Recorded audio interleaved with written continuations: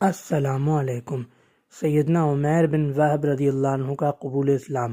اس واقعے کا تفصیلی ذکر سیرت ابن ہشام، طبقات ابن سعد، البدایہ والنہایہ اور اسد الغابہ میں مذکور ہے۔ واقعے کی ابتدا اس طرح ہوتی ہے کہ ایک دن غزوہ بدر کے کچھ دن بعد صفوان بن امیہ نے اپنے چچا زاد بھائی عمیر بن وہب کو دارالندوہ میں، جو مشورے کے لیے عمارت بنائی گئی تھی اور بانی ریاست مکہ قصی بن کلاب کا گھر تھا، وہاں بلایا اور وہاں دونوں نے بیٹھ کے مشاورت کی۔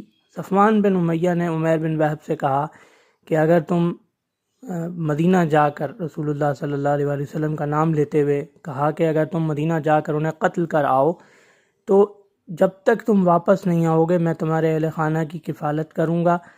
اس کے علاوہ اگر خبر آتی ہے کہ قصاص میں تم بھی قتل کر دیے گئے ہو تب بھی میں اس کا ذمہ لیتا ہوں کہ تمہارے بعد تمہارے بال بچوں کا کفیل اور امین میں ہوں، جب تک وہ تمہاری اولاد اس قابل نہیں ہو جاتی کہ وہ خود کمانے کے قابل ہو، خود کمانے لگیں اور اپنا گھر والوں کی کفالت خود کریں، اس وقت تک میں ان کا کفیل ہوں، اور سفر کے زادراء کے لیے بھی میں تمہیں کچھ پیسہ دوں گا۔ اس کے علاوہ تم کامیاب آ گئے تو تم کامیاب لوٹ آئے تو بھی تمہیں اس کا کافی گراں قدر انعام میں دوں گا۔ عمیر بن وہب راضی ہو گئے۔ صفوان بن امیہ نے انہیں سواری بھی دی اور زادراء بھی دیا اور وہ چل نکلے مدینہ کی طرف۔ تو جب وہ مدینہ پہنچے تو سیدنا عمر رضی اللہ عنہ نے اتفاق سے بھانپ لیا کہ عمیر کے ارادے آج ٹھیک نہیں ہیں۔ انہوں نے پکڑنے کی کوشش کی لیکن عمیر حضور صلی اللہ علیہ وآلہ وسلم کی خدمت میں باریاب ہو گئے۔ حضور اکرم صلی اللہ علیہ وآلہ وسلم نے ان سے پوچھا، عمیر آپ کس ارادے سے آئیں، کیوں آئیں؟ عمیر نے بات بنانے کی کوشش کی لیکن حضرت رسول اللہ صلی اللہ علیہ وآلہ وسلم کو اللہ تعالیٰ نے بذریعہ وحی یہ اطلاع فرما دی تھی، یہ خبر فرما دی تھی کہ عمیر آپ کو قتل کرنے کے ارادے سے آئیں، اور ایک ایک بات جو عمیر اور صفوان کے درمیان ہوئی وہ حضور صلی اللہ علیہ وآلہ وسلم کو اللہ تعالیٰ نے اطلاع فرما دی تھی۔ تو چنانچہ حضور اکرم صلی اللہ علیہ وآلہ وسلم نے وہ تمام بات عمیر کے سامنے دہرا دی کہ عمیر آپ تو وہاں دارالندوہ میں صفوان بن امیہ کے ساتھ میرے سر کا سودا کر کے آئیں، یعنی آپ تو یہ کر کے آئیں، یہ وعدہ کر کے آئیں کہ آپ تو مجھے قتل کریں گے، اور پورا تفصیل کے ساتھ پوری گفتگو آپ نے دہرائی۔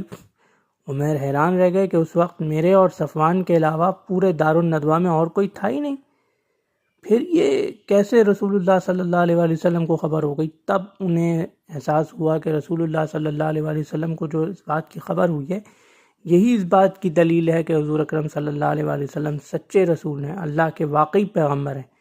چنانچہ انہوں نے اظہار معذرت کیا، حضور صلی اللہ علیہ وآلہ وسلم سے معافی مانگی اور اسلام قبول کیا۔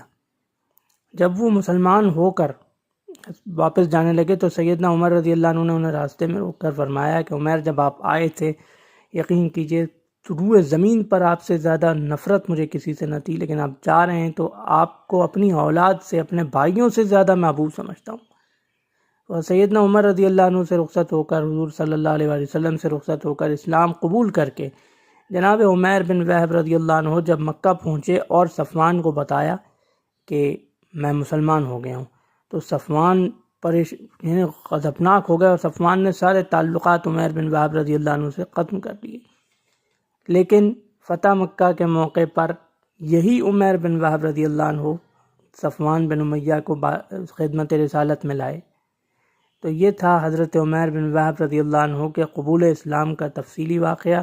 اللہ حافظ۔ انشاءاللہ پھر کبھی اگلی ویڈیو میں ہم ایک اور اسلامی اور تاریخی مستند واقعے کے ساتھ حاضر ہوں گے۔ اللہ حافظ۔